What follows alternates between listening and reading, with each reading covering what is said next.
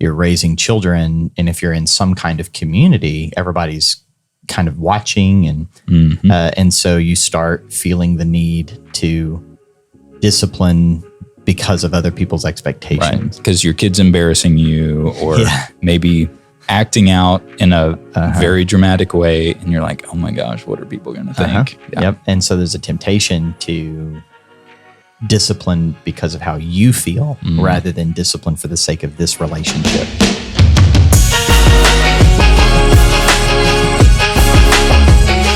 Hey everybody, welcome back to the podcast. It is season 5. Can you guys believe we're kicking off season 5? Crazy. Of the podcast. We've got a great topic lined up for you guys today. We're talking about parenting. We're talking about raising kids. And in case you are new to the podcast, my name is Josh, and I'm here with Pastor Jacob and Pastor Hannah. And they are in the middle of raising 5 kids. So in the process, not completed.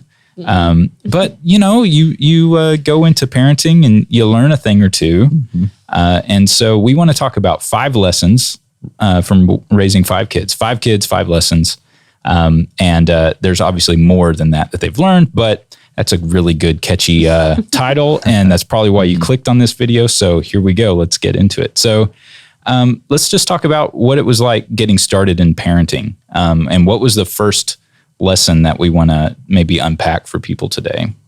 The first lesson, we would say that we would probably in the first wave of learning, becoming a parent, just establishing that principle of relationship is more important than your reputation. So entering into parenting, like historically, kids were the cure for self-centeredness. Right. We're able to somehow, with technology and the way society's structured, to still maintain a very self-centered life and have kids. So we're supposed to be extending our life to another generation in the having of children, and our relationship with those children and our relationship with each other should be more important than what our reputation is to everybody else. Right. And a part of that, this isn't like its own lesson. It's just, I don't know, it's just the reality. You don't know anything when you're starting. Like when you are starting, you have all sorts of opinions, like other people, you're watching other people raise kids. You might have like nieces and nephews before you have your own kids, or, you know, if you're in a church community, you're watching other people have kids, and you start thinking, oh, I won't do that, or, oh, I think I'd like that, or, oh man, I'd never let my kid do that. Right. Yeah. Like the number of times you're in a restaurant and you're like hearing a kid have a meltdown, and you're like, man, they just need to like, I've heard so many non-parents make the comments about ill-behaved children. And I'm just like, just wait one day. You don't know anything. You don't know what you're, just accept the fact that you don't know anything. Yeah. Or I just love like the first-time parent who, happens to get lucky with a kid that sleeps. Oh, yeah. And it's like their first one, and they bring it home from the hospital. Like, everybody said it was going to be terrible, but they sleep just fine. And, I think I got this thing. And then it's, you haven't met the terrible twos yet. Yeah. Yeah. Just if you could keep everything the same, great for you, but you can't. So that kid's going to get older, or you're going to have a second kid. Yeah. And anyway, just like parenting is not about you. You're going to have to learn that. And another way to say it would be you just get a big dose of humility in your first kid. Yeah. So with this lesson, reputation is more important than, I got it wrong right off the beginning. Relationship is more important than your reputation. Yeah. How did you guys learn this lesson? Maybe Hannah, tell a story of what it was like becoming a mom and some of those early challenges that you faced, and where this idea kind of started to come out. Well, I think that in the beginning and throughout the raising of kids, you bring into the relationship, like our marriage, the ways that we were raised and those sorts of things, and the ways that discipline happen, or boundaries and things were set up, and expectations, just like a family culture, right? Yeah. What you just like in a marriage, when you first get married, you figure out, those things. Well, in parenting, it's the same thing. Some things you want to do the same. Some things you're like, don't want that. Sometimes the pressure of what parenting brings out of you, you don't like what you see, Right. Or like, I didn't know I could get that angry. Exactly. Yeah. So reputation. Yeah. So I would say this kind of learning came from, me as a child. I was the second born. I had an awesome brother that made all of the decisions and I learned from him. I made the stupid choices so she could learn so I became, not to do those I became things. smart. And so having a firstborn that was Firstborn girl. So yeah. Mm-hmm. There was moments of great challenge with her. And that came from like, why don't you just obey? Like I remember asking that question to myself. When you get past the preciousness of those first moments and all of those things, and you're like, you ask them to do something and you don't get the response that they should give you, and so we're getting into like being 2 and 3 where you go from, holding and sleeping and all that kind of stuff into actual, like they're walking and then walking, they start to develop a will. Yes. Right. And you're out in public with this very sweet, precious child who is now so cute. She was so cute. Had like long, just beautiful long hair. But anyway, so repetitiously, whenever it was like, she's not going to do anything I say. And, that brings out the whole like, well, I'm your authority. Like you get or that's how I kind of got, which I didn't even know that was in me to get that way. But I'm like, I got to control this kid. Right. You start thinking about your own reputation. What are people thinking of me that I have a child that when I speak doesn't obey? Especially whenever you were a fairly good child and everybody in the family tells you, where did you get this one? That is probably the most common thing I got. And you're thinking like, Lord, I didn't sow these seeds. Like what in the world? And the poor girl was a pastor's kid. So like everybody's watching and thinks that because we're pastors, this child must be perfect. Telling her, I mean, at 2 years old, she gets kicked out of the nursery for biting somebody. Yeah. Like a legitimate incident report. Yeah. You can't come back to the nursery. That may be a firstborn thing. Oh my gosh. Our kid had humiliating. like the first time we put her in the nursery. Yeah. Okay. Well, maybe I feel a lot better. Yeah. Well, she never went back to nursery. And it literally took her 8 years to go back to class, period. And obviously some of that's my leadership. It's like, wow, this is really terrible. So right off the bat, reputation was being challenged, for me, for him, but even for her. And our parents. Right. Observing like, what are you going to do with this one? What are people thinking? Yeah. Yes. Yeah. So all of those things are at play and really, we're years past that. Yeah. So for context, how old were you guys when you first became parents? So I was 22. 26. Yeah. So early 20s. Yeah. Yeah. And you're barely an adult at this point. Exactly. Yeah. I was still in college, so we were juggling that as well as many ministry responsibilities at different levels. We were our life was so very full. So good time to have a baby is when your life's really full. We did not, get all these things in order to have her, and our world did not slow down. So a lot of my learnings with her was even the contemplation of, do I need to stop doing everything to give her all of my attention to, to lead and direct her? And every time I would go to the Lord about that, he really challenged me that always seems, there's times and places for that. And we'll probably get into that. But specifically with her, he really challenged me that this relationship had to stay very calibrated and a relationship with you and Jacob. With me and Jacob, yes. Yeah. So anyway, obviously we just kind of jumped in on it and we figured out what we did. But maybe I'll get into it in a moment. But so that would be another dimension of this lesson is that a child is a part of your family. A child does not become the center of attention. The family is built on the foundation of the marriage relationship, and a child becomes a part of the family. Many families, many parents, especially first-time parents, because you don't know anything, you put all of your energy and attention onto this child. And there's probably a season where that's appropriate because you just don't know anything and you have to learn. But what often happens is you develop new habits that then becomes neglect in your marriage. And when your marriage starts, that relationship starts to, I don't want to use the word deteriorate, but if it gets less connected, your children, whether they're conscious of it or not, do pick up on it and will feed off of that. Some children are very wired towards selfishness and they will try to just siphon the attention. I've seen some children get like jealous, like the attention that mom gives dad or dad gives mom. They become jealous of that. And so those are things that like just the marriage relationship from the beginning has to stay strong, because you're going to get tired, most of the time. There's a few exceptions. Most of the time, when your first child comes in and you're putting a lot of attention on that, you're having to learn new sleep schedules. You're having to learn how much they need. And the first 8 to 12 months of their life is super focused.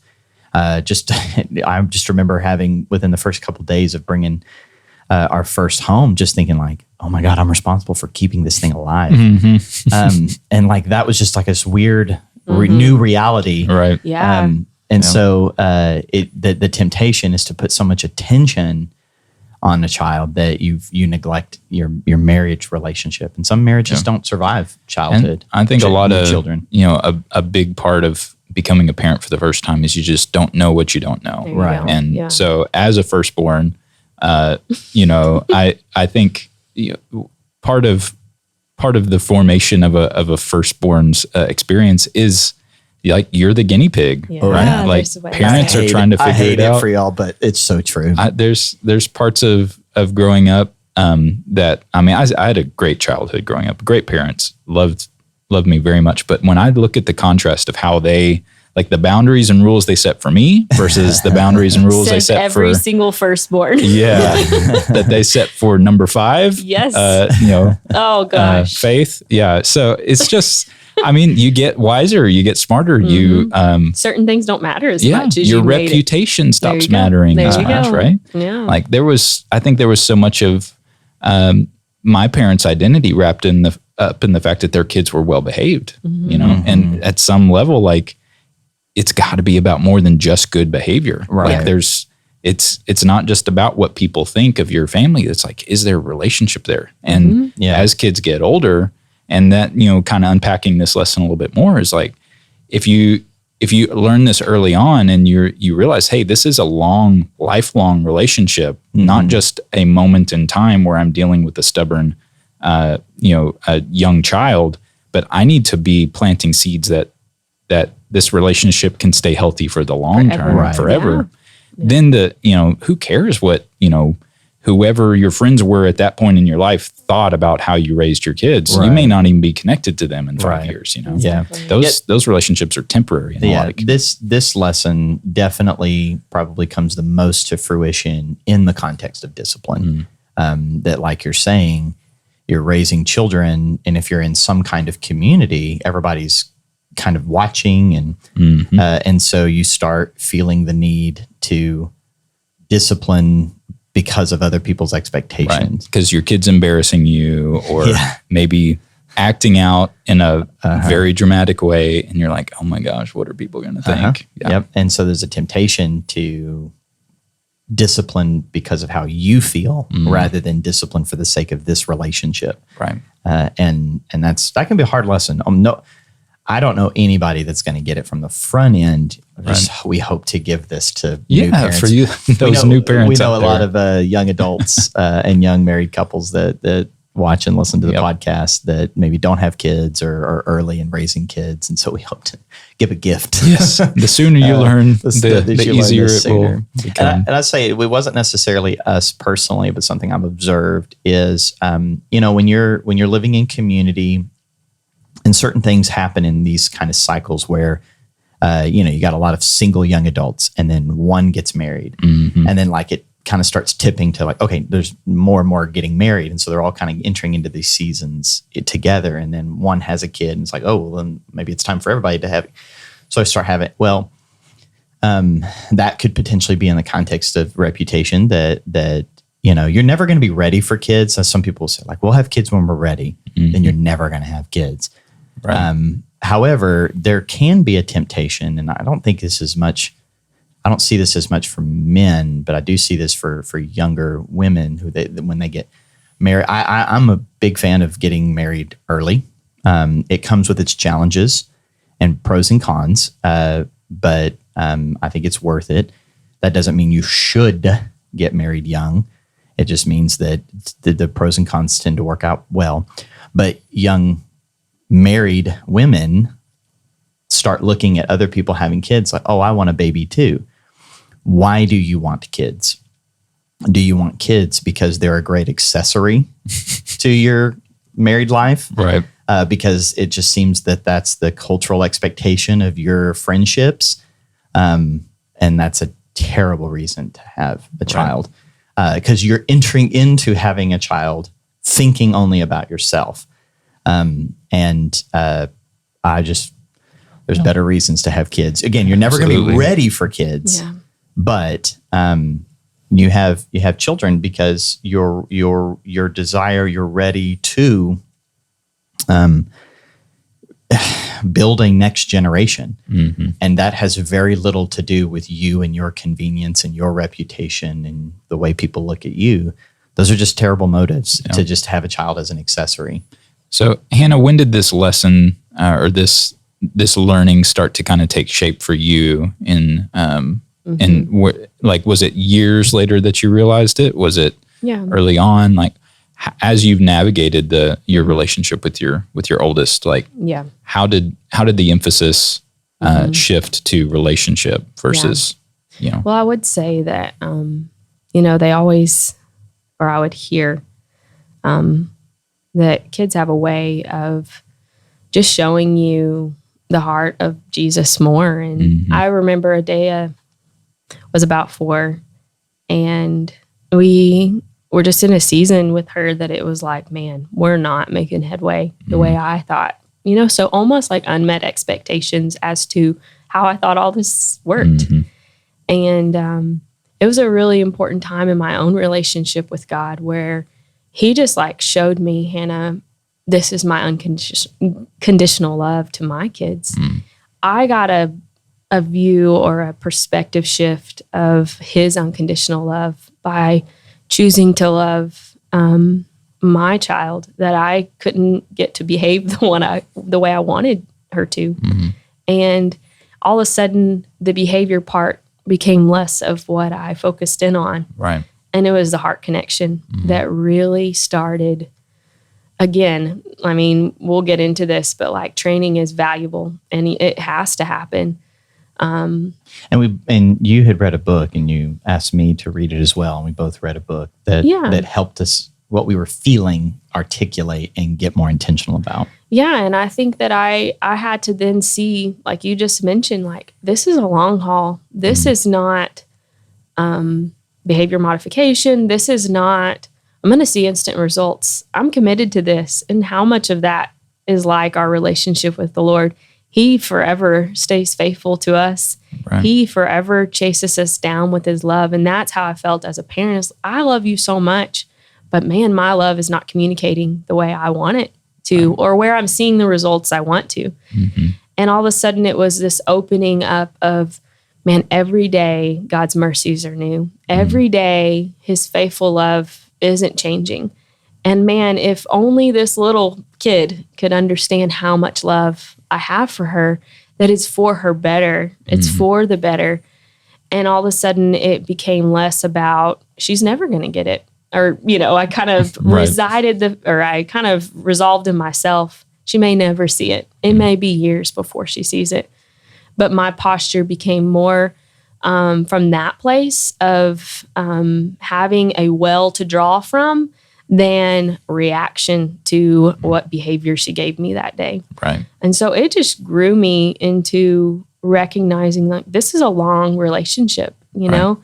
And I can even remember that, there is so many voices that want to speak to you in many seasons of life, but especially when you begin something, there's the voices of,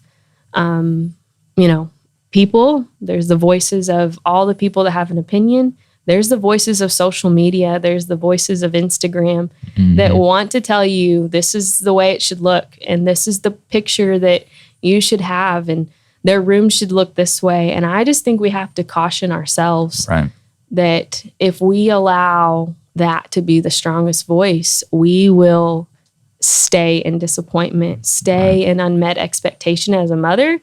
If our picture, whatever that picture is, does not line up. I mean, it's like Pinterest fails, you know? Sure. So much about versus reality. Yes. And I just think, especially now in this time where that is so all over the place, that there comes a point in the journey of parenting that it's not that you can't see those things, but if it becomes the way you're doing it, then I would just caution myself and all listening that it's not gonna work. I don't know how else to say it, but we can't compare ourselves to those things.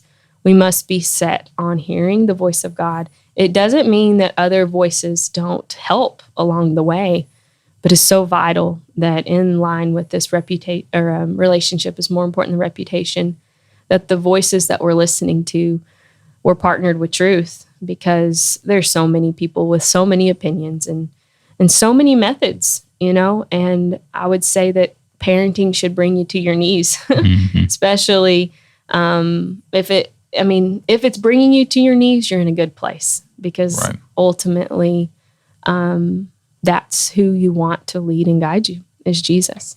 So, well, that's lesson one. Relationship is more important than reputation. So let's move on to the next one. We've got 5 of these that we want to cover today. So we'll move on. We'll got to keep it moving. So what's the second lesson? We learned this with kid number 2. Lesson number 2: every kid is different. Every kid is different. You think, you develop some measure of proficiency with parenting one. You learn some tricks. You learn how to parent them. You learn the discipline that's necessary for this one. You learn their personalities, how to respond. You try to figure out schedule, all that. When you try to get ahead of things, it's and so you're like, okay, I'm smarter than I was with the first one. So Here's I'm the getting boundary. ready for the second one. And the second one comes around, and I don't know how many families that this would be the case, that the two are the same, like similar personality. Right. I don't know of any. Right. I'm sure it's possible, but with us, kid number 2, completely different than kid number 1, and that's so interesting because you guys are both second borns, and so you'd think maybe you'd be more prepared for a second born, but oh man, our second, he was a lot more docile, a lot less headstrong, and so I realized early on when I was being firm on the front end, the kid would fall apart. Whereas the firstborn, that's like a second-born thing, man. I'm going toe to toe with the firstborn. I just get even half as firm, and he falls apart and thinks that I don't like him. And then he's a boy, and so boy just different. He didn't want to talk for a very long time, whereas our first, she was very young, starting to formulate words. So we were able to communicate by 2. She was we were able to fully communicate. Israel, our second born, I don't even know if he talked hardly at all until he was 3. Yeah, and then he was nearly 4. And then really it switched on. Yeah, I just remember it's just blah blah blah. I'm like, whoa, what happened? This kid's got a much deeper vocabulary. So we're like, is he listening? Right. Does he understand what we're saying? And it just, and then being a boy, he had just a different kind of energy. His energy was just like to run. Just whatever it was, just go do it. Just run. Not talk, not tell anybody, just go do it. And so with him particularly, he was a runner. And so if we heard with our firstborn, by the time she's walking, we could pretty much trust her anywhere. She knew about how far to go. She would test boundaries, but she wouldn't just take off. Israel, you hear the door open and you're immediately running because just opening the door means he's taken off into the street. I remember he had like no fear of Yeah. anything. Yeah. So, I remember like with him which is learning, dangerous. oh, very, getting him out of the car. Like firstborn, you unbuckle her, you put her on the ground, you say, stay right here.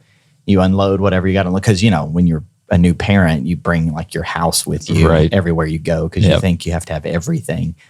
You do have to have everything. You don't have the wisdom to understand. Have 3 changes of clothes and a bunch of diapers and all that kind of stuff. So you got like 2 diaper bags and a toy bag. Anyway, but she would generally stay pretty close.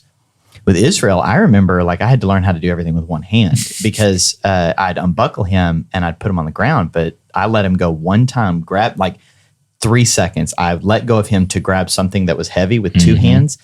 And we're in a parking lot at a restaurant, and he takes off, almost gets hit by a car. Oh my car gosh. slams on the brakes, and he doesn't even see that. Yeah. He didn't even hear the brakes. Like he just is just going.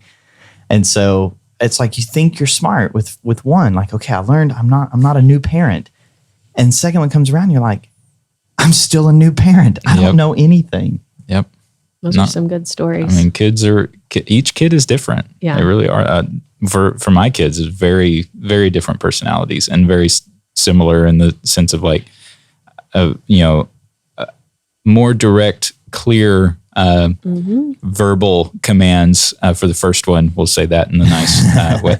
Like I can, with my second, it's just a look can just kill, right? It's just like, it's just different. And different personalities play into that. Yeah.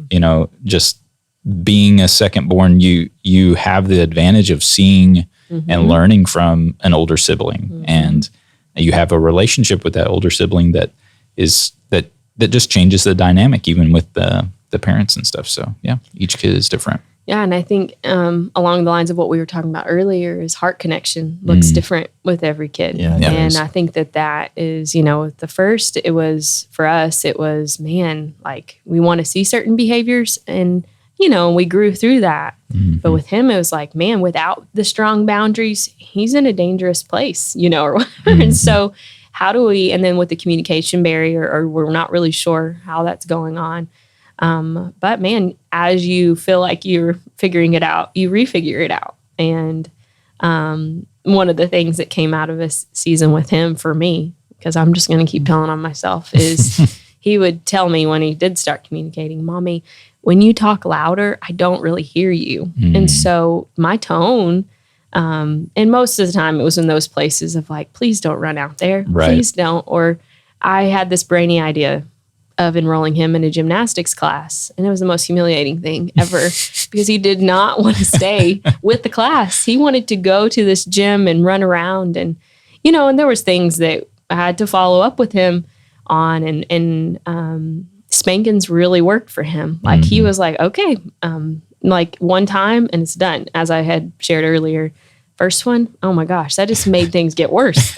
So with him though, we were so principle driven. You do not spare the rod. Right. We are not going to spare the rod on this child. And man, we went after it. And then kid number 2, we went after it. And it's like, whoa, we are coming on way too strong. Yes. His again, with the heart connection, like his sense of shame, our firstborn, no shame. Like, oh, you spanked me. It's like, try it again. Yeah. Second one, you just start to pull back, and he's like, oh, okay, no. Yeah. And then like when you're in discipline, the firstborn's like, I'm going to hold this over you for at least 24 hours, maybe 6 years. Right? Yeah. We still have some things. Secondborn, it's like again the tone changes. And it's like you make me feel so terrible, and it's like, okay, you have a different sense of shame that I don't want you to feel that way. But if I go at you like I went after your sister, then like it'll crush you. Yeah. And you had to change. Shutdown looked different with him, where with her it was a certain way. With him, it was a lot quicker, and it was like, man, it was just so different. And so And I So you think have to learn to like calibrate for each kid, right? yes, yeah. They're not just a cookie cutter. You know, you don't handle them all the same. And that's kind of tricky for somebody who has a high value for fairness too, right? Absolutely. Like if you feel like everything's got to be equal in treatment and things like that all the time, like you feel like, oh, I'm not being fair to my older one because I'm not being as tough on the second one. But I think that's a fallacy, right? There you Because go. like That's every kid is different. Every kid needs to be seen and heard and understood for who they are and the unique makeup that God's given them.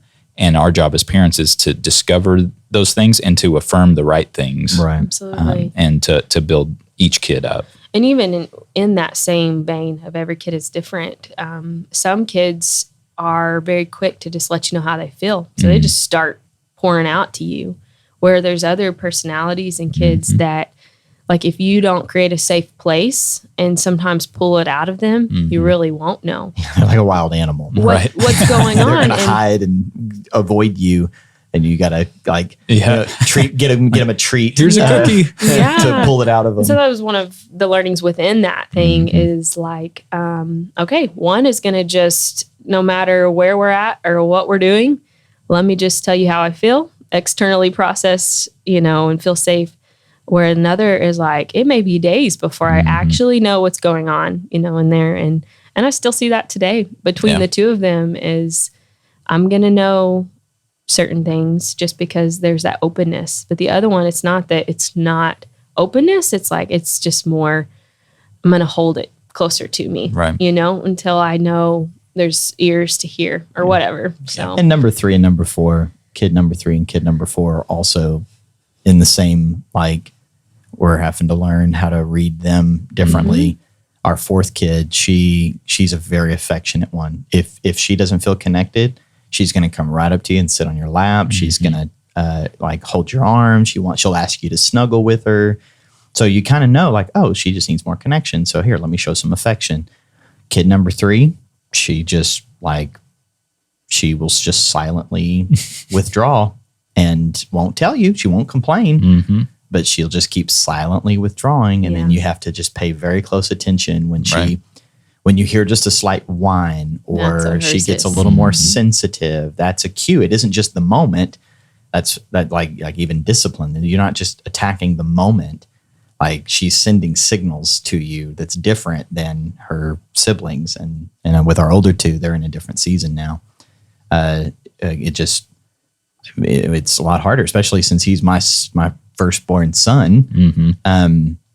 It's like, I want this connection. There's some things that he and I are alike, and then there's interests he has I'm not interested in. And so I have to kind of like conjure up some interest.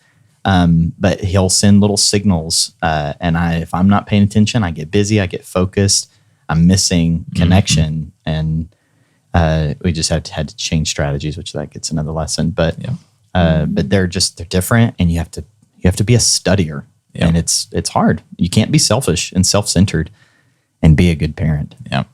So that's lesson number 2. Each kid is different. So let's get on to that next one. What's the 3rd thing you guys learned? I feel bad for single parents on this one, but lesson number 3 was be on the same team. Now we had to learn that pretty early on, just in general, but it got accentuated with kid number 3, because with 2 kids, as hard as it is to become a parent and have one, and as hard as it is to have a second one, that's where a lot of people will stay. And honestly, like the American world is designed for 2 kids, maybe 3. Our country, our culture is not designed for 4 and 5 kid families or plus. But specifically with kid number 3, you got man-to-man defense. You got to go to zone. Right. With 2 kids, it's one-on-one. I take number 2, you take number 1. We'll switch. Well, you take care of that. When we're going in public, this one's yours, that one's yours. Right. With kid number 3, you got to move to zone defense. Right. Like if you've... Yeah, you're outnumbered at that point. There you go. You only got 2 parents. You got 2 parents and 2 hands. Right. So it's like, okay, if I'm in public, I got 2 hands to grab the little hands to make sure that they stay with us. Kid number 3, We're outnumbered, and so there's very much a communication. Communication is already necessary. Communication in your marriage is necessary. Communication in parenting is necessary. Mm-hmm. It goes to a whole new level with kid number 3. You have different kinds of expectations. You have different kind of needs. The rhythms and pacing is different. Now, we didn't have any kind of like twins, so I'm sure that these kind of get slightly adjusted if there's twins involved in some of these sets. You know, we got some friends that their first child was twins, so they had 2 children as their firstborn. Right. Mm-hmm. I'm sure a lot of these things they're similar, but there's some adjustments to it. But kid number 3 was definitely like that. Like, wow, we have to talk. Like, I didn't realize how often I withdraw into my own world, and she, being a great mom, is just like totally rocking it with 2. And number 3 comes around, and it's like, I need help. I'm like, oh, maybe I should not just go into my room and watch basketball. Right. Maybe I need to help more. I need to help with dinner. I need to help. So I wasn't as much of a helper. She's such a wonderful servant and wired for helping. So she didn't necessarily ask for help. And if you're not asking for help, I'm not a super alert and attentive person to these things. So we had to learn. I mean, we're all more sharing here, communication. open, honest, vulnerability. There Sure. you go. I will readily admit, I get focused, and it's terrible. It can get very self-oriented, that I'm not picking up on the signals. I'm not recognizing. And so we had to just learn how to ask for help. Okay, you have bath time. Okay, that wasn't a random thing. Now I've got to develop a kind of consistency in developing bath time. Or in a lot of times it was, she had our firstborn girl and our thirdborn, which was a girl. So like she like recruited our firstborn to be kind of helper. Well, that left the one that liked to run everywhere. the wild animal with me. And so I had to learn. He's not a wild he's animal. He's a great kid. Yeah. Was a great kid and is a great kid. Yeah. So I had to learn, I just had to learn different parenting by having 3, that a lot of really simple things now were big deals that I had to learn. And at the bottom of that, at the very foundation of being on the same team, is communication. Yeah. I think there's another element of this too, is that kids, especially clever kids, can learn to play parents against each other. Oh yeah. And if you're not very aware and you're not paying attention, like they can drive themselves in between, or they can set you guys against each other. Oh yeah. And you have to be smart. Mom said I could do that. Yeah. Dad gave me permission. Yeah. Or like, you little turkey. Can mama spank me? She doesn't spank as hard, or all the stuff that kids do, right? But I like in our situation, when it would come to discipline, I had to be very careful. Like when mom is in that role and she's correcting the kids, that I don't come in as a rescuer or as an underminer to like adjust it to how I would prefer it to be done. Like in that moment, like we have to be the same. Yeah. We have to be on the same team, because if I, come in and change the situation in a way that disarms mom, absolutely, they don't respect her at that point. And it's like, you really have to be on the same team in all of the different aspects of it. And your kids have to know that you're on the same team. Yeah. No, that's so good. I think that it wasn't this case in our family, but oftentimes by the time the third kid comes around, the first one's headed off to school. And so scheduling and just all of those things even change. Ours were still all younger and at home and stuff, but when more responsibilities or more things get added, and we'll get into that later, communication is vital. And I even came to this place where I am more wired to see the needs and just go do them. But if I was going to be healthy, I had to be upfront about the specifics of what I needed help with. Because it's so easy as wives for us to just think they see it and they should just know it by now. No, we are dumb. Yeah. We are not intuitive. No, and we are not observant. And I listened to something or I heard something, and it was basically like, just tell them when you need help. Yep. And I really took that to heart. I'm like, man, I'm actually making it worse for him to have to guess. And you know what? everybody has different thoughts and opinions about that. But for me, it was just like, you know what? I need you to take care of the dishes tonight. Or I think of The Incredibles, where she's like, they're at the dinner table and it's going crazy, and he's like looking at the newspaper or whatever, and now I can't remember his name, but she's like, engage! Yeah. I need you to And engage! he's like, kids, listen to your mother or Kids, something. listen to your mother. Yeah, that's Like, how it was. yeah. So, But That's so very don't true. let it get that far. But Yeah. there was a sense of like, I need you to engage. yeah. And I mean, there were just different things along those lines. And we had our third kid within the first year of a Major dramatic transition, transition in our lives. And I would say it's probably in my top 2 or 3. At the time, it was the hardest year of ministry. We've had harder years since then, but at that time, I had just turned 30, or I was in my just turned 30. Yeah. And it was definitely at that moment the hardest year. So my attention was very much divided, and I get really, when things get hard, I get very intense, very focused. I tend to lose a sense of joy and delight and relaxation at that time in my life. It was not hard for me to be disengaged. It was very easy for me to be disengaged. And the hard thing about that was it was on good things. It was on important things, ministry. And it was not hard for me to just treat ministry as more important than my family.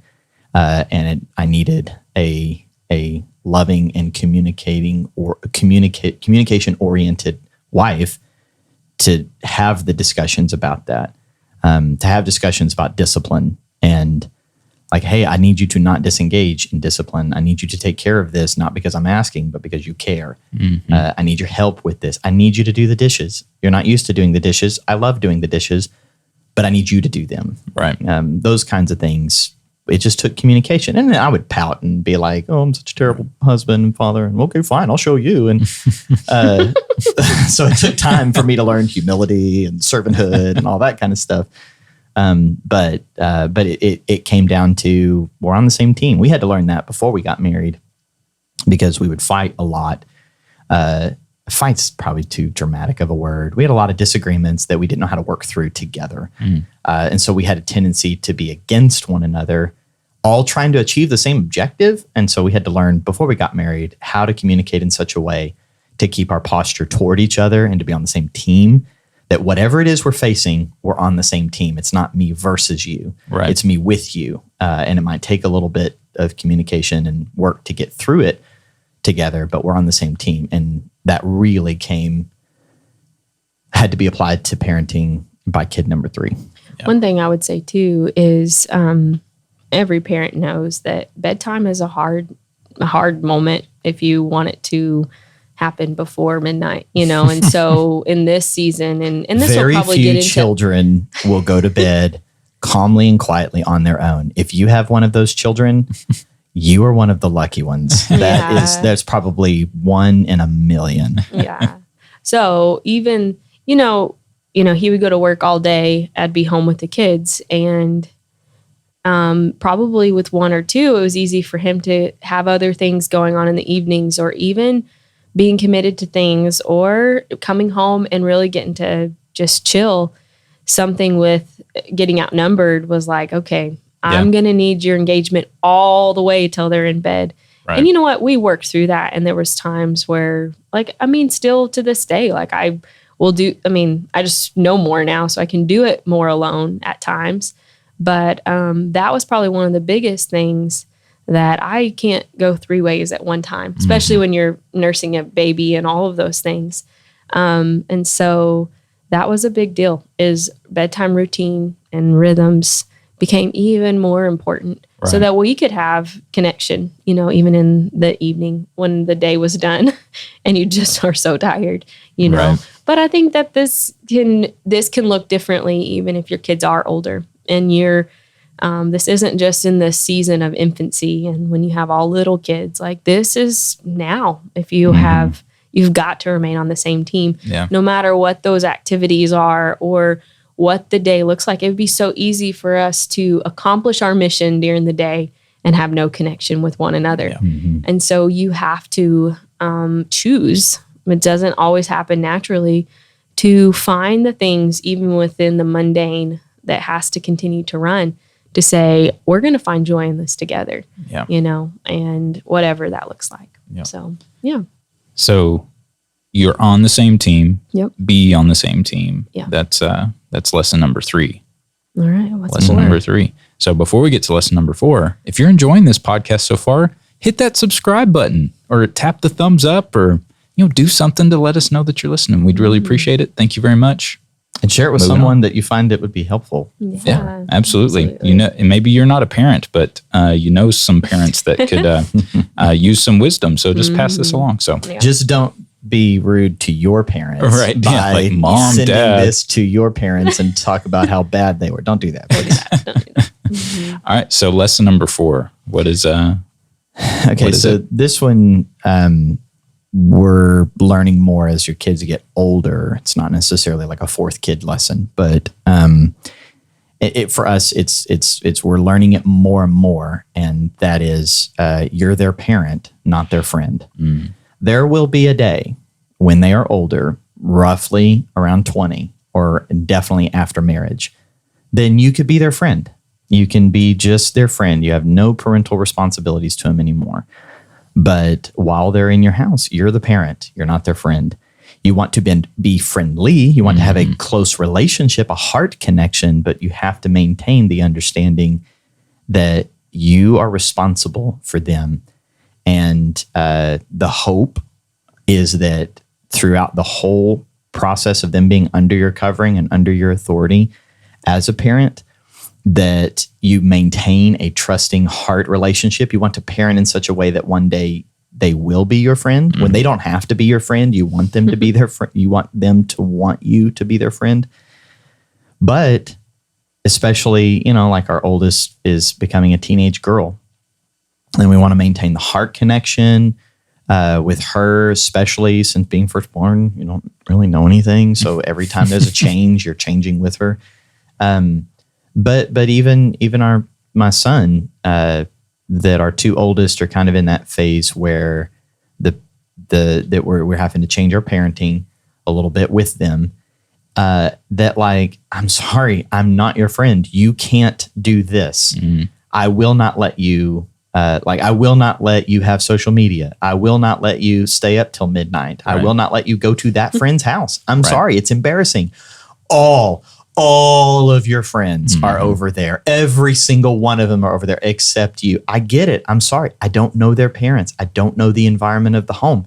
And until I do, I'm not letting you go over there. Right. Like, you're just the worst parent in the world. I'm sorry. Like, I'm not trying to be your friend. That can be tough because sometimes you just want to give in to them. Right. Especially with us. Like, we got 5 kids and we've got, little ones. And so like, as they get older, sometimes you just want to take the easy route. Right. You don't want the fight that's coming. But like, we have to remember, like, we're not trying to be their friend right now. We're being their parent. And one day they will understand. We believe that one day they will understand why. And we do our best to explain the why in our parenting. That's just something, each kid needs a little bit different level of that. But I'm not trying to be their friend when I say, you can't wear that, or I'm sorry, change your clothes, or I'm sorry, you got to do chores. Yep. That makes me the worst parent in the world. Fine. If that's what you think, I'm your parent and I need you to do these chores. Yep. That's so good. I was thinking about how, in school and stuff, you get the whole popularity contest. Who's the most popular? This is the season of parenting where you're your the least popularity, popular. your popularity cannot be your drive. Yeah. Every insecurity you have, hopefully it's worked out at this moment, because this is the temptation that could come up is, well, my parents never let me, and so I'm going to be that mom that lets them do everything. It's that relationship and reputation. There you go. This one battle kind of again. comes back in a different form when you're having to say no. And you can't try to be the cool mom, the cool dad. Yeah, Right. and you have to stick to your no. But I think, again, the getting on the same team is, we all are wired with different giftings and all that kind of stuff. And sometimes I would find myself just being vulnerable, not always being able to communicate the why, but just knowing in my heart it's not what it is. And that'd be frustrating because, like, why is it no? Right. And so that's where we work together of like, Dad is way good at telling more of the why and elaborating and making it all connect. And so, which is a little much for a 5-year-old. Sure. I know. I can be a little much for a 5-year-old, Yeah. but when we're at 11, so even 12, 13, finding we're getting within better. your marriage relationship, like being on the same team of how you explain that why. Because often, mom kind of just does more with the kids. And so it can be a lot out of my mouth. But man, it's awesome when it's reinforced, Right. by him or whatever. And it's even okay to say, I don't know why all the time, but this is what I'm saying. Well, not that you want to lead always that way, Sure. but it's okay to not have an answer. Well, a common phrase, Sometimes. she'll pitch to me is, "Honey, I need you to give them the bigger vision. There you go. I need you to give them the bigger vision. Honey, Yeah. give them the bigger vision." Right. And that's what it's about. It's like, I know you don't get it right now. I'm going to try to give you a bigger vision. You're going to roll your eyes. You're going to not understand. Yeah. But I'm trying to connect something deeper to you. Yeah. There you And go. sometimes the only amount of vision they can handle is because I said so. Exactly. Yeah. And- Yeah. And that's why you parent with a connection in relationship, Yeah. not friendship relationship, but a good, healthy parental relationship. Right. Because I want to be able, when necessary, to look at them and say, I need you to trust me. Yep. Yeah. I need you to trust me. You don't want to, you might not like to, but if you've worked with them long enough, and that's where we're at a lot of times with our older two, is I can't explain this one. You're not ready for me to explain this one. I need you to trust me. Right. Why can't you drive with this friend? I'm sorry. I just need you to trust me because I don't want to throw their friend or their friend's parents under the bus. I don't want to shame anybody or anything. I don't want them repeating any of that. I need you to trust me. And if you maintain the heart connection, that's there. Now, if you've lost that with your kids, like, rebuild that first. That's good. You've got to rebuild the heart connection, and every relationship is only as strong as the level of trust, and it's the lowest level of trust. And that's a lot of time. By the time our oldest was getting 8, 9, 10, is where we were really starting to talk more and more at a trust level. And it was, I want to trust you, and I want you to trust me. So things like following through on your word. If we would, our kids were terrible because we knew our kids knew we had a value for keeping our word. So they would try to get mom to say something. They'd play the lawyer And then, lawyer card. and then like, oh, you promised. It's like, I'm sorry. The word I promised never came out of my mouth, but because I said something, you're holding it as a promise. So we had to start learning, like, that is not a promise. Or, I'm sorry, you want an answer? The answer is no. If you'll give me time, the answer is maybe. Well, maybe is that a yes? Like, so just FYI on parenting, a maybe is a yes to a kid. Yeah. A no is a maybe. Yep. So we had to start talking a lot more about, like, hey, you see how I followed through on my word? You can trust me that when I say this, this will happen. And then when they would violate a boundary or whatever, that affects my trust. Right. And start working a whole lot on our trusting relationship. And now when our daughter's very active and involved in a lot of things, and we got 5 kids, so coordinating schedules is sometimes challenging. So there's certain friendships that she has that were more trusting, and some friendships she has that were less trusting. So even those kinds of things it's a constant, like, eye to eye. We're working on trust. So that when I say the answer is no, why? I can't explain it to you. And then things like, we just really don't do a lot of sleepovers. We're pretty rigid on that one. And our daughter wants to hang out with her friends all the time, which is just, that's being a teenager. And when we're saying no, it's always no. You always say no. First off, I start like arguing with, because I can outwit her. She got her wit somewhere. So I like every time, every single time. Right. So I start playing the lawyer back on her. But then when we can do something, we also say, do you see that we made an effort to do this? Right. Like, do you see that we made an effort for this friend to come over? Do you see that you can trust us? Like we tell her a lot, like we're, what do we say? Like we say to her, like we're on the same team, or there's something we frequently say, like we have your best interest at heart. Do you trust that we really do have your best interest at heart? Do you trust that we want the best for you? That's something that I say a lot to her. I'm your parent and I want the best for you, but I know the best for you more than you know the best for you. Right. So when we do something, do you see, and especially her, do you see that we're looking out for you? Do you see that we're trying to make an effort? Do you see? And those are all about maintaining the heart connection, because you have to set boundaries. Every child needs boundaries. And especially our daughter hated just the word consequences. Just even the word consequences. And it's like everything is about these boundaries. And when you start pushing the edge of the boundaries, guess what happens to the boundaries? They get smaller. Why? Because it's trust. You have freedom inside these boundaries. But if you'll work within these boundaries for a while, guess what? They'll expand a little bit. And it always made her mad because her brother just knew, don't go around the boundaries. Right. And he's not a pusher. And so like his boundaries would start expanding while hers are contracting. Right. And it's like, that's because of their consequences. Consequences. She's like, trying to say that word. Oh my that's gosh. funny. That's awesome. So man, so we're still on where their parent, their friend.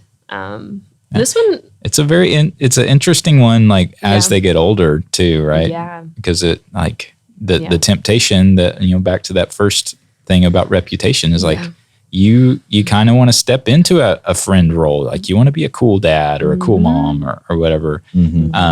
And that's not what they need at that point in their life. Yeah. We had something this summer with Adea, and we had to, she's in the phase where peer pressure has more of an impact than before.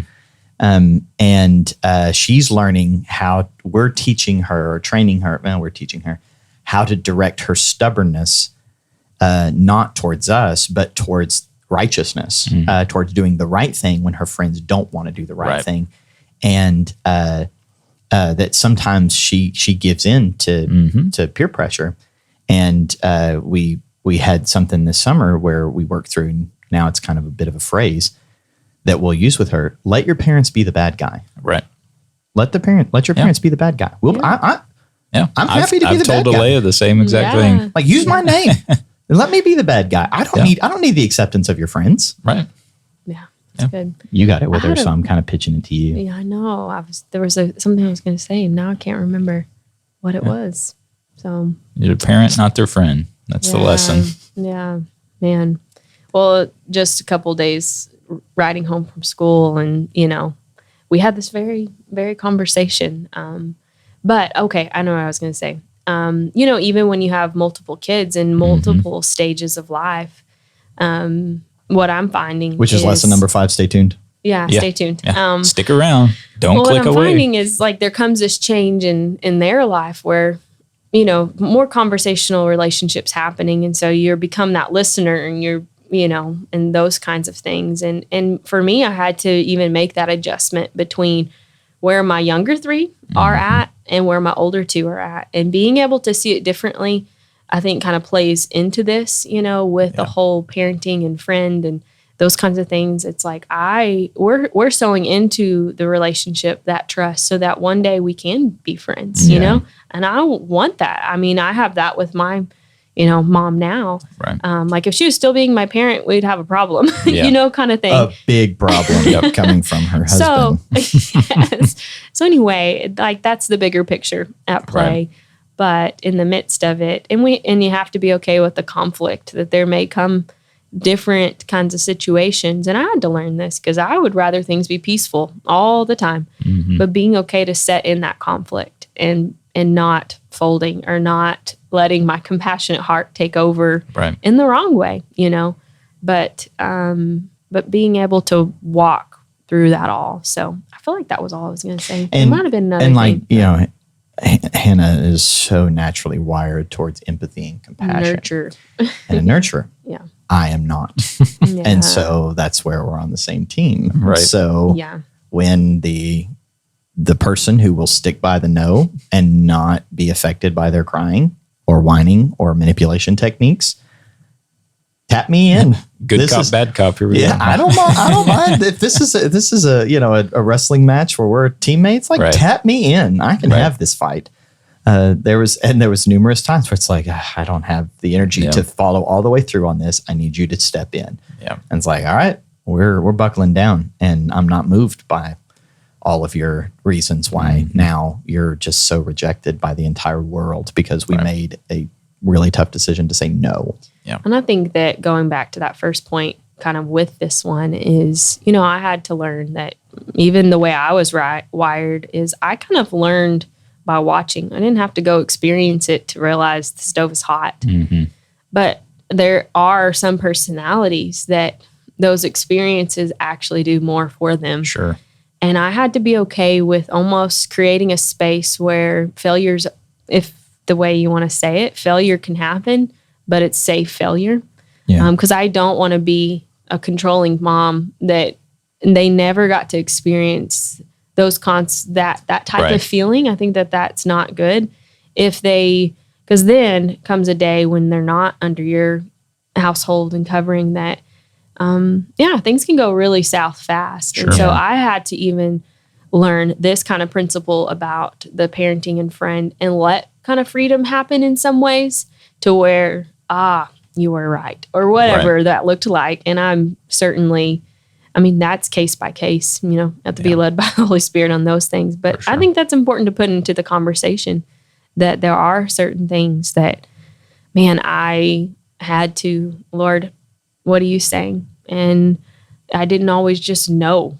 And it's okay if you just don't know everything and know all the time or perfectly do this. Like you're gonna mess up. You're gonna make the choice not because you love your kids. You're gonna make the choice to probably take on a posture of a friend at times when maybe you should have been the parent. So there's no condemnation in those things. Get back up and remind yourself that God gave them to you and you are their perfect. You are the perfect mom and dad for them. Sure. And you're going to make mistakes. I have. And somebody's got to be the grown-up.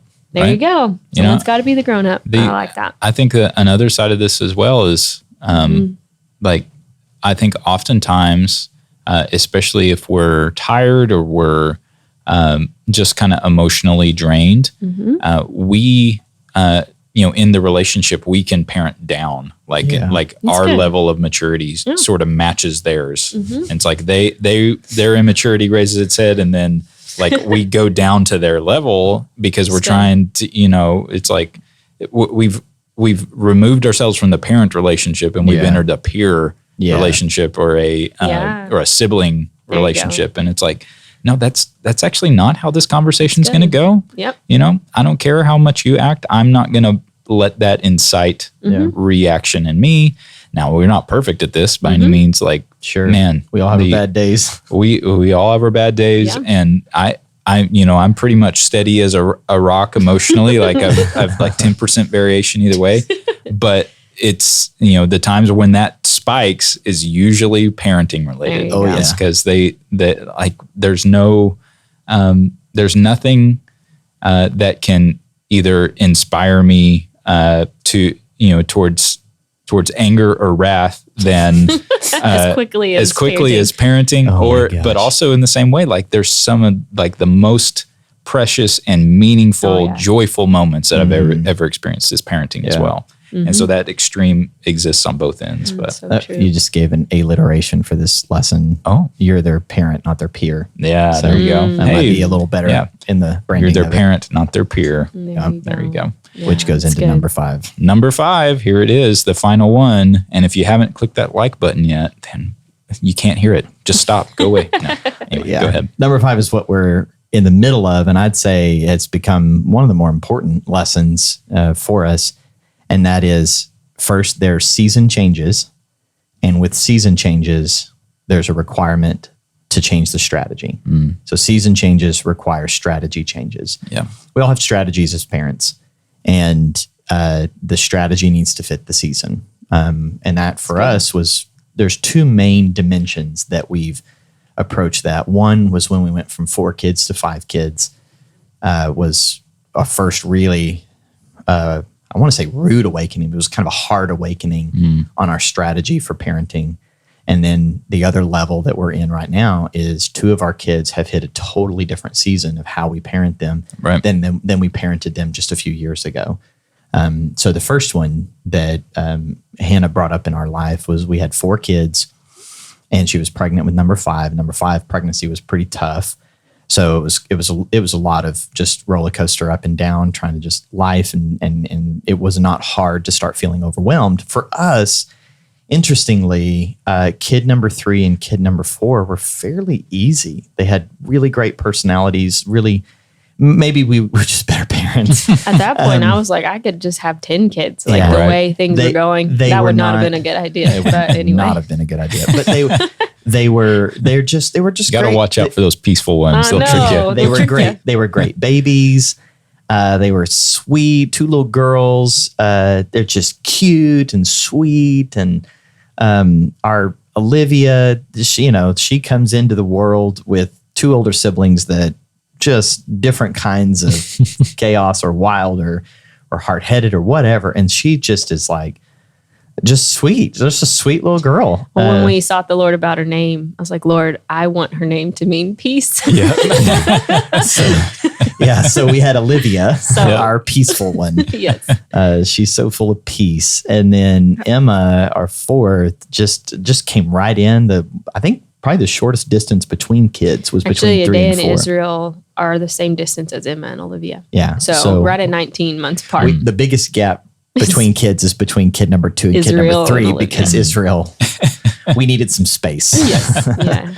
But anyway, but being pregnant with number 5, was surfacing this overwhelm, and we're trying to figure out what's happening to us and what's going on, and how are we going to do this? And she had a great insight. Yeah, I was just at the house that day and just feeling a sense of overwhelm, almost like if your shoe stops fitting, it starts hurting you. And but if a shoe fits you, you don't feel it. And I just things were starting to get kind of to me. And I heard the Lord just tell me, you can't continue to function like a 2-kid family with 4 kids. And it just kind of hit me that a lot of the ways in which we were strategically kind of the things that you just do out of habit that were happening. The systems you build, the schedule you keep, and the this way you do specifically it. came around. I do not like being late to things. And I felt like I was showing up 5 minutes late to everything. And it was just frustrating me. And it came around Jacob's like, let's add 5 minutes to every kid that we have to depart, for the next place. So our departure time. So it was what worked with 2 kids, we were still trying to do with 4 kids, and we were on time or a little late. And now with number 5, it's this is going to just go on and on. Yeah. Right. And so it's hang on, let's stop treating ourselves as if we only have to get 2 kids out the door. Right. Yeah. We need So to it figure was out a how to get simple 5 kids thing. out It was the a door. simple 5 minutes per system, kid. but it became a larger theme of what other things am I operating. The way we organize toys, the way the playroom got set up, all those things were wired around 2 kids. Yeah. But even my capacity, as what I was doing, because at this time, all the kids were still home. No one had gone off to school yet. That was about to happen, but it hadn't happened yet. And I knew that even though school was going to be really awesome, but my biggest helper was going to be going, you know, and it was a world unknown. And I think no matter what season it is, whether little, larger, whatever, and maybe even in the season of heading into empty nesting, like there's an unknown to what is ahead. And that's kind of where I found myself, is like, wait a minute, the things that I'm doing, the obstacles I'm facing, I don't have divine strategy as to how to actually engage in this, into this land, or whatever. And so when he said that to me, you're operating like a 2-kid family with 4 kids, something's got to change. And that was kind of where this one came from. Yeah. So, the season of multiple kids had to require system changes, and then 2 kids started school. Right. So we have to change, the season changed. So we had to change who gets up when, which kid do you get up first? Which kid takes the longest to get ready? Mm-hmm. Which kid takes 20 minutes to get their shoes on? Yeah. I mean, all those kinds of things are all just like, these are season changes. And so you have to, that's why this one's kind of built. You can apply this early, but it's built on the other 4.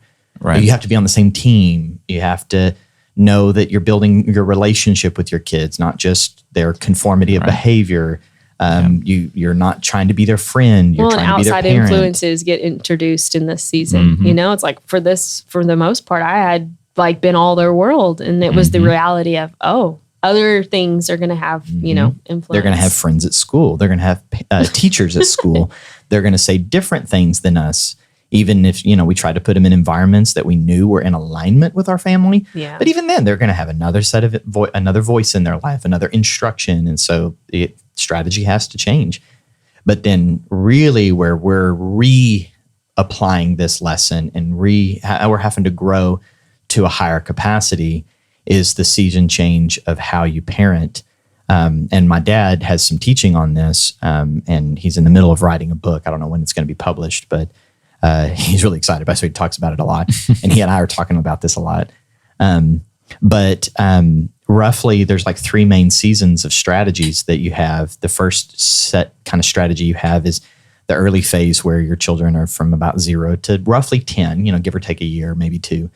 That's one season. And then from 10 to 20 is another season. And then after 20 is another season. So the first season of 0 to 10, roughly, is about training. Mm-hmm. That's like you're trying to get obedience, not conformity, but them to learn how to listen, then obey, and then the consequences of not obeying. Learning authority, learning structure, learning system, learning the culture of the home. All those things are training. So that's repetition. That's schedule, systems, processes that you're constantly working on, not talking down to them, not treating them as stupid, but just like culture. You're trying to instill identity into them. So this is who we are. This kind of behavior is not who we are. As if like we value kindness. Speaking the way you're speaking to one another is not appropriate. That's all training. That is discipline. And I don't mean discipline like spanking discipline, but like just discipline. Boundaries, discipline, repetition. That's training. But as they get close to 10, over 10, 11, I don't know. We only have one over 11, and it's definitely true for our oldest 2, who are almost 13 and 11. It's got to transition to teaching. Mm-hmm. If you're still training, you're going to push them away. You're going to be too hard on them. The goal is to have them trained.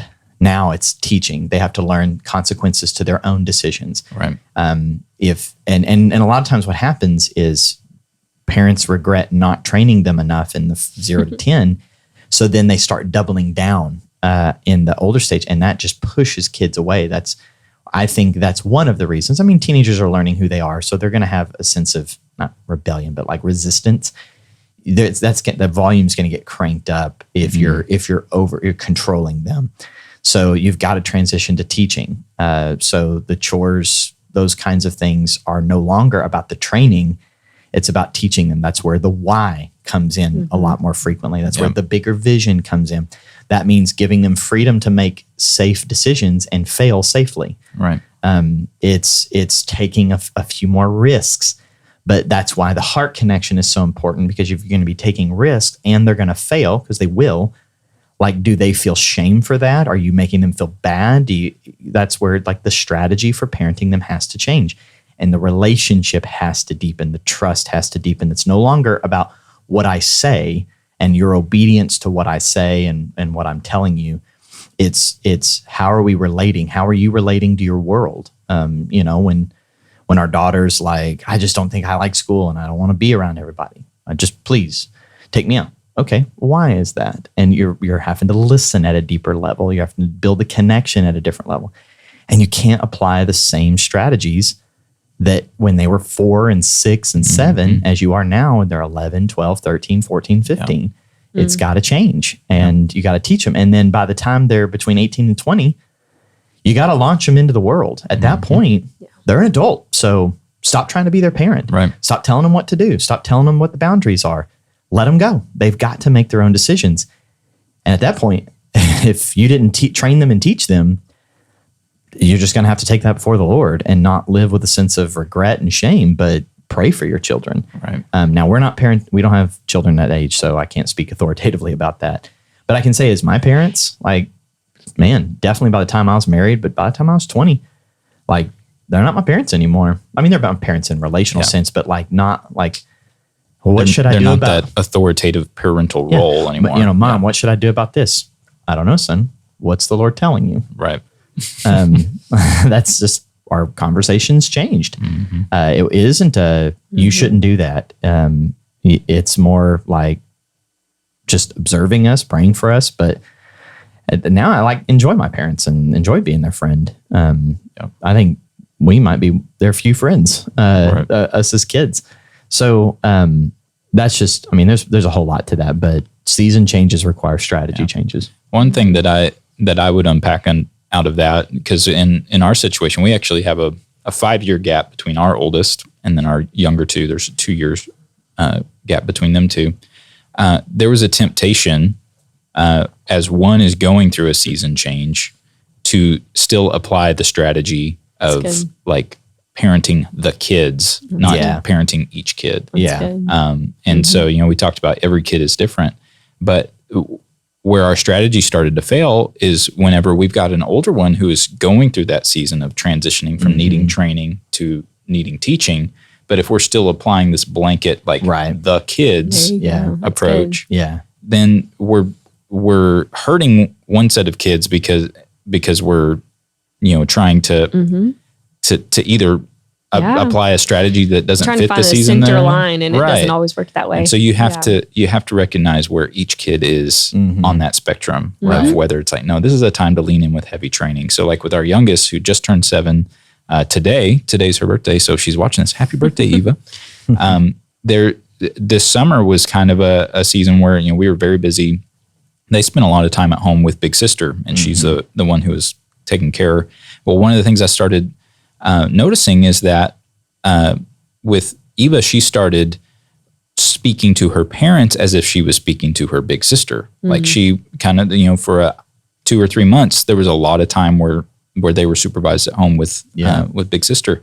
And so there was a lot of back talk, and there was a lot of arguing and a lot of, and I started to realize, hey, we've kind of dropped the ball on training here because you're trying to relate to us as if, and I'm not telling her this, but this is things that I'm understanding. Is like, no, we got to go back to the basics, training. Yeah. But if I took that approach with my older one, who has developed trust and who I'm willing to, to trust to watch her 2 sisters, and I come in with the training. It's just like, that's not going to work. I'm going to ruin the trust that's been established. That's so there's a chance for her to learn more with a teaching posture where we give her more freedom, and then we don't disconnect from her in that. We have conversations. Okay, what did you experience? What was the result of that bad choice that you made? And do you want to feel those feelings again? Because you're the one, ultimately it was your choice that led to that decision. So let's help you understand why that result happened. Not you ought to do this, you ought not do that. And, I don't know, I'm talking with oughts. It's a weird turn of phrase, but like, it's not about do's and don'ts. It's about helping her to develop the wisdom and understanding of the consequences of choices. Yeah. Yeah. Along the same lines, I think that there can be, without intentionality, there can be a posture towards either parenting to the highest stage or parenting to the lowest stage. And that's probably where middle kids, fall in the middle of that. Oh, those poor middle kids. Yeah, but one of the very specific things that I can think about this is we do family movie nights on Fridays, and this is a simple thing. But VeggieTales does not, get exciting for our older kids, even our older 3. And I was, we have this other thing that we do about putting God's word in your heart in the mornings. And that came many times through a VeggieTale or other things to where it started becoming a conflict. It's like it's playing and nobody's watching it, Yep. But interests become different. And being able to now where he takes the older ones and it would be so easy. And there's times where it's like, nope, we're all doing the same thing. But if we're paying attention and being intentional, it just requires an engagement from both of us instead of just one. Because what is connecting to our older ones is not, and you may not feel this as much if your kids are all close together and remain in the same seasons together, but you will feel this when there's that expansion and of especially seasons, if they're all the same gender.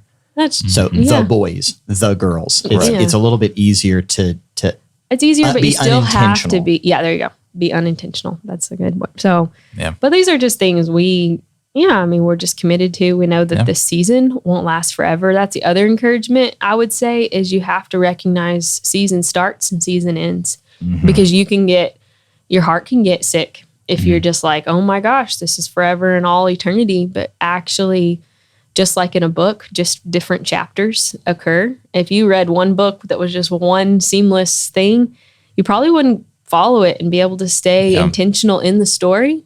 But the truth is like we go through season changes probably more often than what we recognize it. Yeah. And there is grace in each season. And that's something that even the Lord showed me early on is rhythms of grace and asking him, what is my rhythm of grace in this season? If I was still applying what I was doing when all of my kids were at home, all under the age of 5, I would be miserable and my kids would be miserable in this season. Yeah. I have to grow and I have to change. And I probably have the most propensity to want to stay in the same posture at things, Right. That's where we're good for each other, or whatever. And you can habituate when you're raising toddlers and the toddlers become children.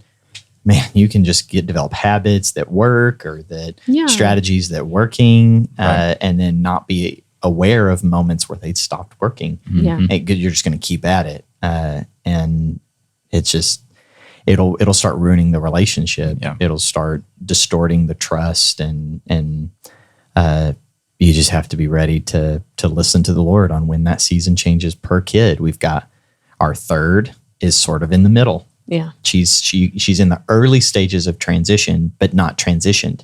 She wants to be like her big siblings, but she still has moments where she is like her little siblings. And we're just having to pay really close attention to the moment. And when she's ready, adapt. The older 2 are totally and completely in the teaching. We've trained them. Now it's about teaching, where our third, she's right in the middle. So we're kind of teaching, mostly training. There'll come a moment and a change where it goes from a little bit of training, but mostly teaching. And I don't know how anybody makes it without being a follower of Jesus and filled with the Holy Spirit, because it's like, I just wouldn't make it. I wouldn't make it. I'd feel terrible every time you mess up and you feel completely clueless because kids will make you feel dumb. Parenting, you just can feel dumb a lot because you don't know what you're doing. But somehow the Lord's content to just be patient with us. And he gave us children when we knew nothing and felt like that was okay. Yep. And so that's where we're just going to learn to live by faith and believe that in this moment we have what we need to do everything God's called us to do.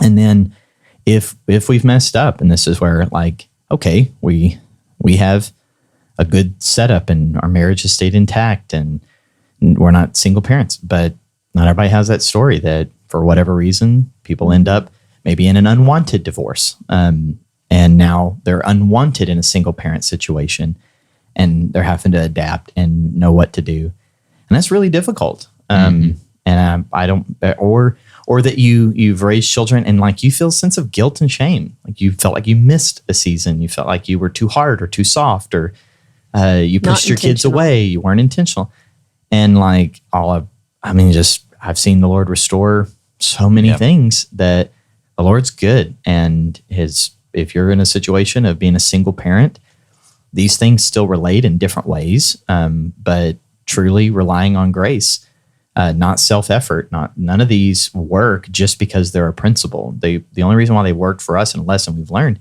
is because we've had to remain tethered to the Lord.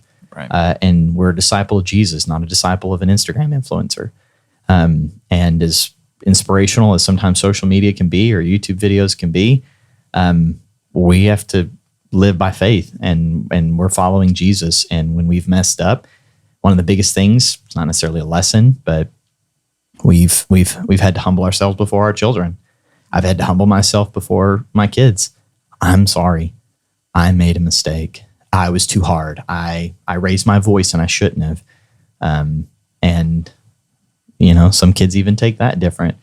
But none of us are perfect. And so no matter the level of imperfection, we still just need to be humble and trust the Lord. And that if something is broken, a broken marriage, a broken relationship with our kids, then we just praying for restoration. We stick with the Lord and believe that He can bring restoration and healing. Yeah. Amen. That's awesome. Yeah. Well, that's 5 lessons, 5 kids, 5 lessons. Let's recap those real quick so that you guys have them in your memory as we close this out. All right. So first lesson was that relationship is more important than reputation. Relationship with our children and relationship with our spouse is more important than reputation. Number 2, each kid is different. My goodness, each kid is different. Number 3, be on the same team. You're parenting together, be on the same team. 4th lesson was you're their parent, not their peer or their friend. You got to be the parent in the relationship. And then number 5, season changes require strategy changes. That's it. That's awesome. Well, that's the first episode of season 5. We hope you guys enjoyed that. Be sure to share this with somebody that you think would appreciate it. Leave us a comment, leave us a review. Let us know you're listening, and we'll see you on the next one.